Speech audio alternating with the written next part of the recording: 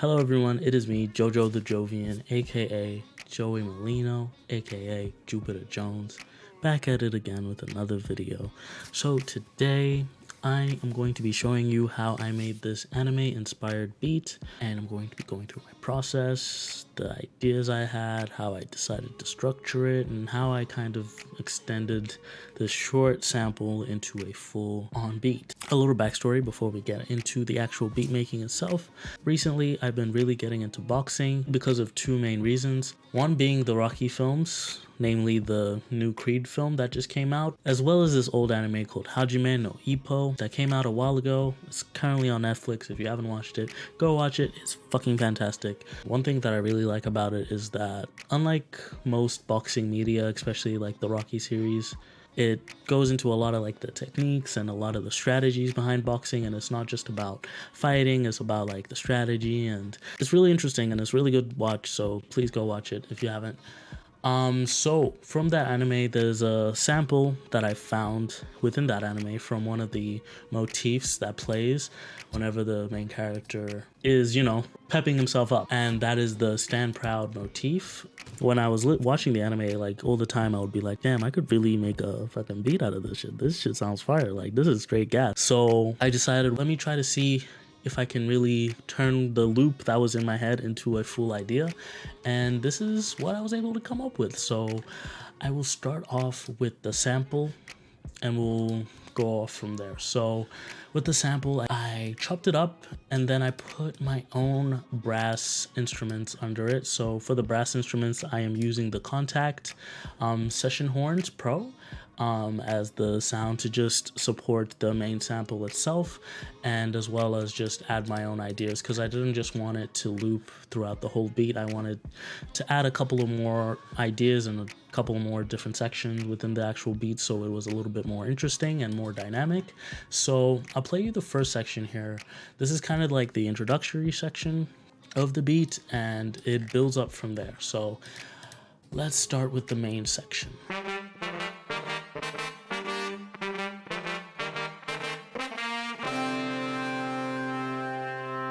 Okay, so this part kind of tapers off into its own thing in the original sample, and I didn't really want that part, so I wanted this to be extended so that it could loop back into the same loop.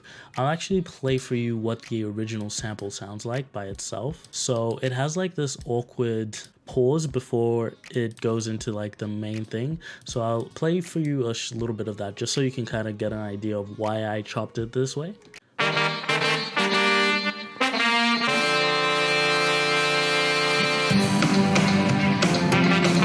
So yeah, kind of like that. So it doesn't really loop very well like that. So I cut it up into this, and this is how I got the main kind of idea here. Moving forward from that, I build up the beat and add my own horns, make it more interesting, and add this whole section here to kind of end off the thing, so it's not just a one loop. So I'm basically working off like a 16 bar loop here. So these are the first 8 bars of the loop, and then here's the second section of the loop, which is the next 8 bars.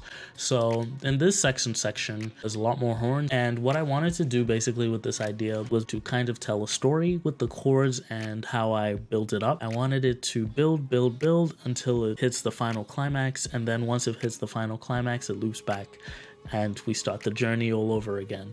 In music theory, there's kind of like this idea with chords, especially when you want to structure them, you kind of want to do like this question answer thing. So some chords are the question and then the other chords are the answer. So basically how I structured this was the first 12 bars of the loop are the question, and then the last 4 are the answer. So I'll play for you the second section. It's basically just the sample again, and then we have all these things under it, and I'll just play for you and so you can get an idea, and then I'll explain further what I did.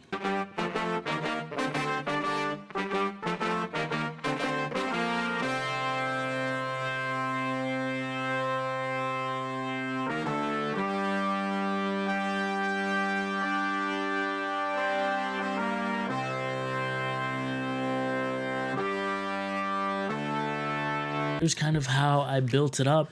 We have these chords very loud, and we have these chords. So when I originally started the beat, it was actually playing like this. So these weren't here, and this wasn't here either. So I started with this pattern because this is what I was hearing from the sample. But as you can see, it's kind of like bland. It doesn't have much body to it. So what I did next was try to layer it so it felt bigger.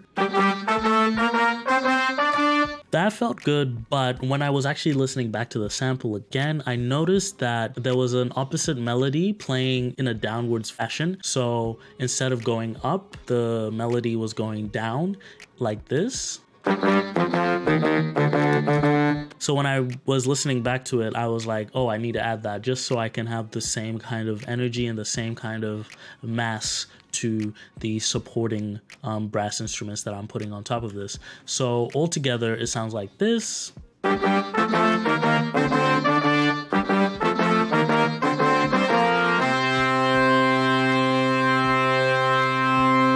So yeah. That was basically the idea. And then at the end here, this is the only other different pattern that we have. So in this 16 bar loop, we have this section. And this section, I just came up with myself because I was like, I need something else more interesting so that it's not just the same loop playing over and over again. So I added this. I was just playing off of ear of like what felt right to me. So this is what I played.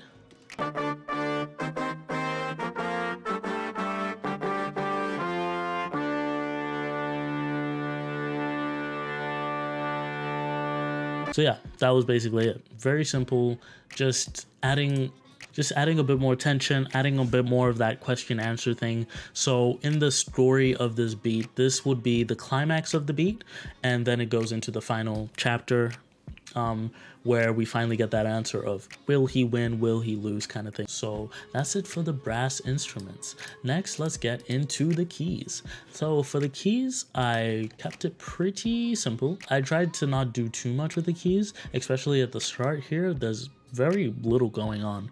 It's just like about 2 chords looping, and then like a final chord at the end here with a bit of melody on top just to create some interesting dynamics between it. I really wanted to not distract from the main motif of the beat because I really like that melody that I heard. So I was like, let me not do too much in this section and just keep it very simple. And for the sound, Omnisphere Keyscape, very good sound. I used the mono dark again. It's not too bright to take over the brightness of the brass on the top. Although you're layering different sounds, every sound has its place kind of thing. That's the mentality that I'm trying to use. I'll play for you the first piano section. So this is what it sounds like.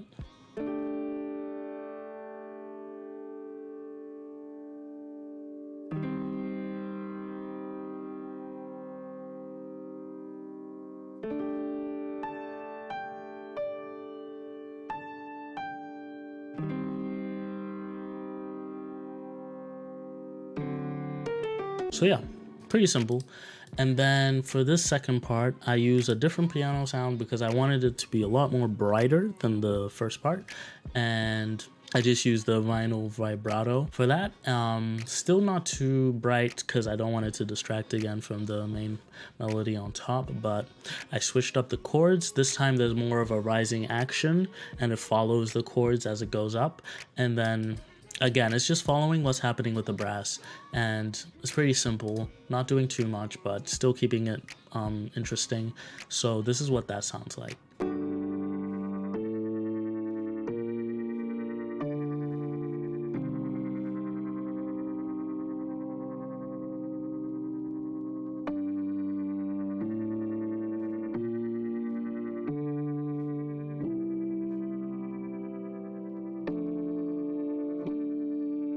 And then on this 16 bar loop over here, it's the same thing again with these 2 pianos, one darker, one brighter. And then we also have these keys.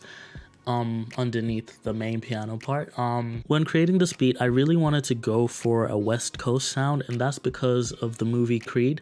So I'd watched Creed, and the main villain in the film, played by Jonathan Majors, who is actually a fucking psychopath apparently, he listened to a lot of Nipsey Hussle when entering into the ring, and also Jonathan Majors said that during the training of the film he listened to a lot of Nipsey Hussle as well. So I wanted to bring that Nipsey Hussle West Coast kind of sound into it. So I was searching through Splice, hearing a lot of like these G-funk keys, like these staccato keys, played pretty rapidly, and I really liked that sound, and I wanted to bring that in because it created a lot of movement and a lot of energy. And again, we're trying to build up until that climax kind of thing and use that kind of idea. So I added this sound and it was really good. And so yeah, I just layered this on top, and I'll play for you what it sounds like.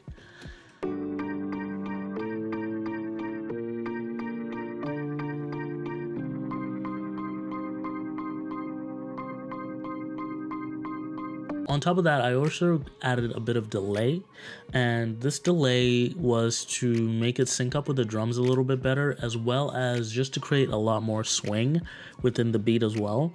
Adding a bit of delay is like the easiest way to add that swing. It doesn't have to be on everything, but on a couple of things it just adds a lot more. It makes it feel better. It's a really hard thing to describe. Add some swing, add some delay, and I just use this because this is like the easiest way to add delay without having to play it properly or without having to tamper with the exact positioning. Like you could go in here and try to get it like to an exact thing, but honestly, I'm lazy and I just like to do it like this, because using this meter over here, because it's just faster and is very precise. I can tweak it exactly to the right second that I want it to be. So yeah, I really like that. Next, we have the final piano section, which that is different within the loop itself. So we have this part in the middle of the beat, which is kind of like the slow down moment. And in this moment, what I wanted to elicit within the listener is like a feeling of doubt, a feeling of, will I make it through this challenge? Will I make it through this obstacle? It's a lot of like minor chords. These are more major chords and these are more like minor chords. So I'll play for you and you can hear how it sounds. So yeah.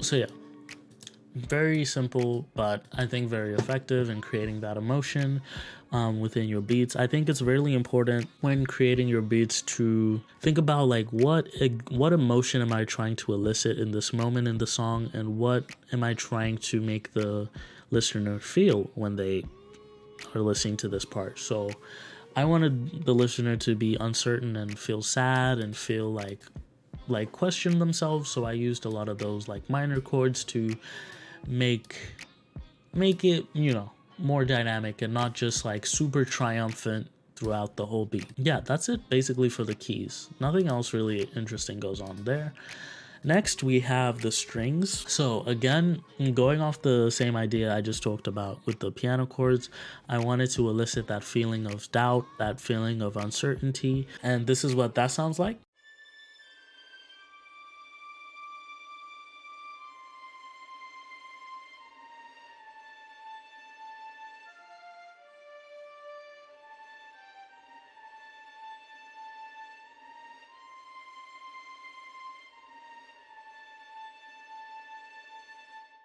Very simple, very nice, but it adds a lot when it's all together. So yeah, so moving on next to the bass, what I did next was my usual shindig of mixing 808s with a bass, like just a normal bass line. So the Rickenbacker bass, you know, my baby, my lady, my favorite girl, you know, this is my baby right here. I love this bass so much. It's such a like well-rounded bass. It just sounds perfect every time you just put it on. You slap it on, it sounds good. Like it just chef's kiss every time. And then we also have this Moog bass over here. Again, 16 bar loop kind of idea. We have the Rickenbacker and the 808. In this section, the Rickenbacker is an octave down, and then in this section, the Rickenbacker is an octave up. The reason why I have it an octave up is because I don't want it to interfere too much with the 808. The 808 is a subbier sound, so I want it to be the bottom end of that bass sound, and so it doesn't interfere with that, I put the Rickenbacker at a higher octave when it's playing alongside the 808 so that they don't clash too much, because we already have the 808, we already have the Rickenbacker, and then we're gonna later add the kick, so that's a lot of like bassy frequencies that are gonna interfere with each other. So adding that space just allows everything to kind of breathe in its own kind of like pocket. Trying to squish them together would create a lot of like too much tension and make it sound muddy and ugly. So as well as also adding just a light EQ to cut out some of those bass frequencies in the Rickenbacker bass. And yeah, so this is what it sounds like altogether, so I'll play it for you there.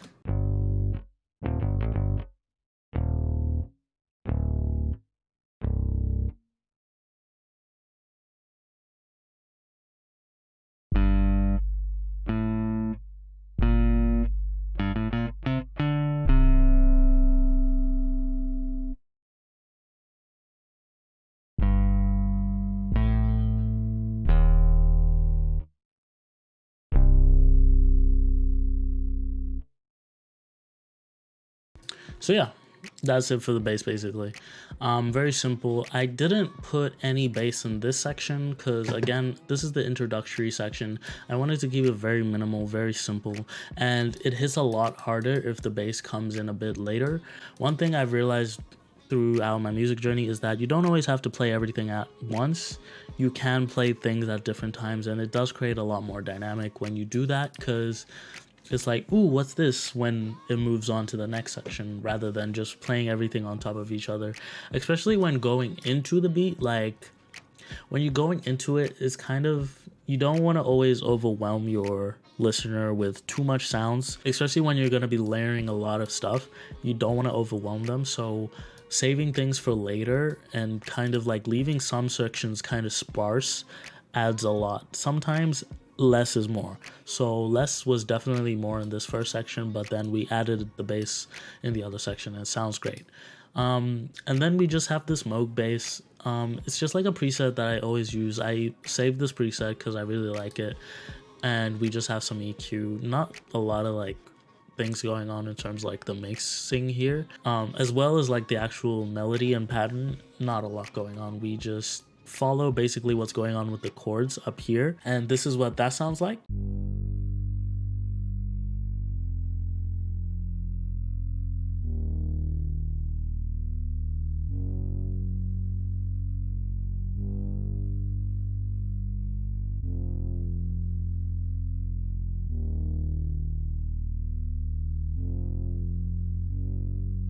So yeah, very simple, but really effective in just creating a lot more body in that section and making it sound fuller. Next, we have the drums, my favorite section.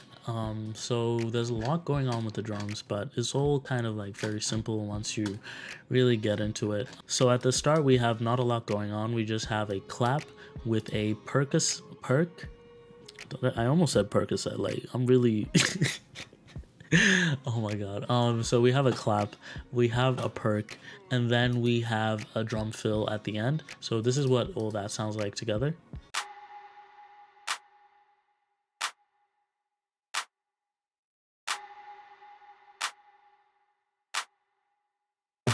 So yeah, very simple.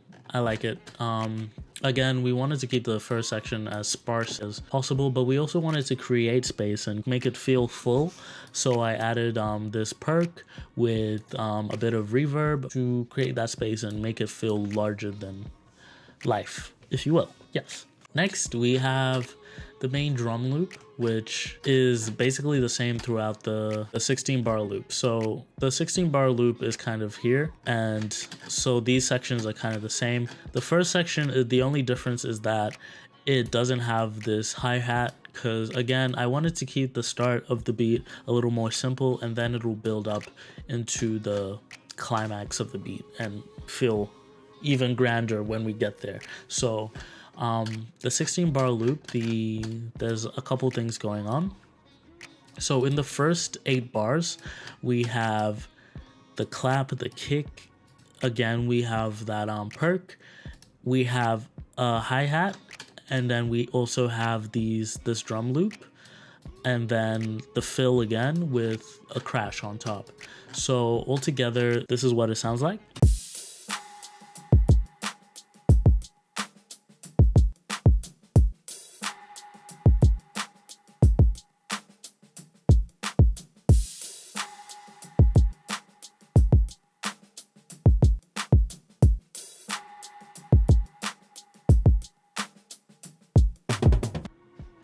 So yeah, that's what that sounds like. Very simple, not a lot going on, but it keeps like the energy going, and it keeps things interesting. One thing that I will mention is that, again, I added a bit of delay on the perk, on this perk, or it's actually a hi-hat. This is what it sounds like by itself. So yeah, that's what it sounds like by itself. It's actually a hi-hat, but it says perk. As well as on the clap, we also have a bit of delay. Again, we want to create that swing, especially in the drums. The drums especially, you want that swing to be there. So we add that swing by just adding a bit of delay on that, as well as the hi-hat. And then in the main drum section for the 16 bar loop, we have this snare drum that's adding a bit more funk. We have this marching band loop, and then we have this shiny hi-hat on top. So altogether, this is what it sounds like.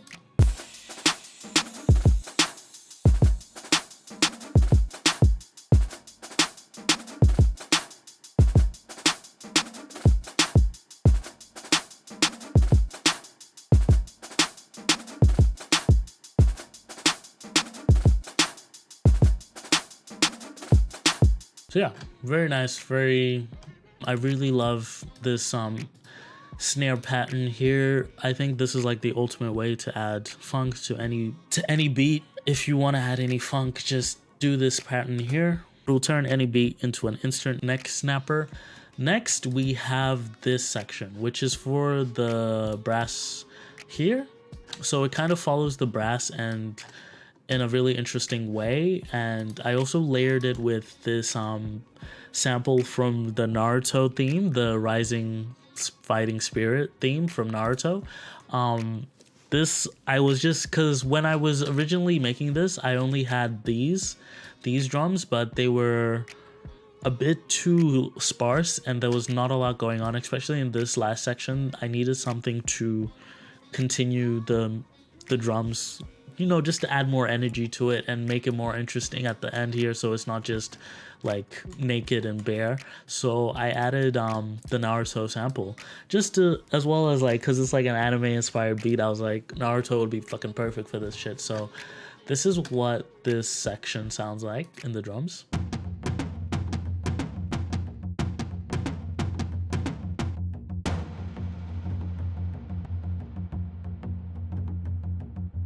So yeah, very simple. Reverb on this layer, just so when it claps, it's a big crash and it's really wide and it makes it sound more dynamic. No real plugins on the other ones, just, you know, basic EQing, and that's basically it for the drums. Very simple. And then again, it goes into that 16 bar loop pattern. So this is the first 16 bars, this is the second 16 bars. There's nothing in this section because this is like the bridge, and then we have another 16 bars with another bridge, and then the final 8 bars with the same loop that you guys heard before. So yeah, and then lastly we have the effects. So the effects are pretty simple, not a lot going on. I have this Vox here, the, you know, the yeah Vox that you used to hear in every beat in the 2000 bling era. I feel like had this like this specific sound, or like a sound like this, or like it was like yeah, or like or like this one.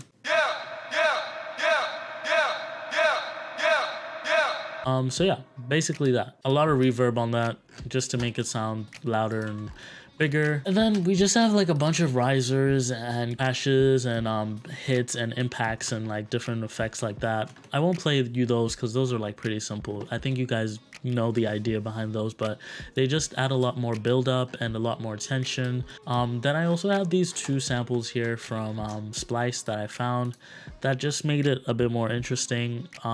This one is particularly more like somber and more sad, and again I played it in the bridge section here so that it felt like, again, to elicit that emotion of like sadness and doubt. And this one was just to add more dimension to this section because I wanted it to be different from the starting one but in its own unique way. So I just added that in the background, and obviously with a lot of reverb so that it's in the background and not in your face. I want the main pianos and main sounds to be in your face, but these ones can really just sit in the back and do their own thing. But yeah, this is what those sound like.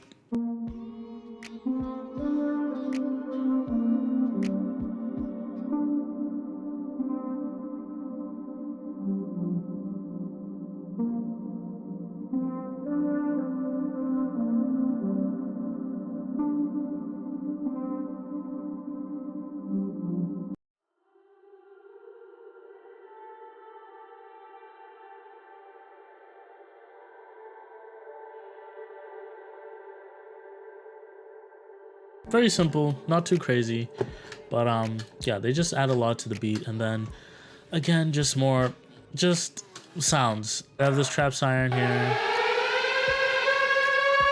again just to add more tension and more to that climax. Nothing crazy though, and that's basically it for the beat. I'm gonna play the full beat now so you can get an idea of what it sounds like all together when it's all mixed together, as well as like if you want to listen to it without having to watch this long ass video. The full beat is on my main channel, Jovian. If you haven't had a chance to subscribe or go check out what I've been doing there, that's a great place to go. So I'm gonna play that full beat and you guys can listen to it. I know it's been a while since I've actually uploaded one of these videos, and I do want to do more content like this. It's just I've been busy, caught up with work, caught up with uni, caught up with like, you know, life stuff. So but I really do want to get back into creating this kind of content. And if you do, you know, miss a little bit of Jovian in your life, I do upload pretty regularly on TikTok and Instagram. So if you're not already following me there, please go and do yourself a favor and just follow me there, because you know I be creating a lot of cool shit. So feel free. It's honestly free as fuck to go subscribe and go follow me there and enjoy yourself and have a good time. So yeah, I'm gonna play the full beat now and you guys can listen to it and give me your thoughts, give me your honest opinions. Did I kill it? Did I not kill it? Did I fumble the bag? Could I have done something differently? That's the end of the video. Hope you enjoyed. I'm gonna play the beat now. See you guys next time.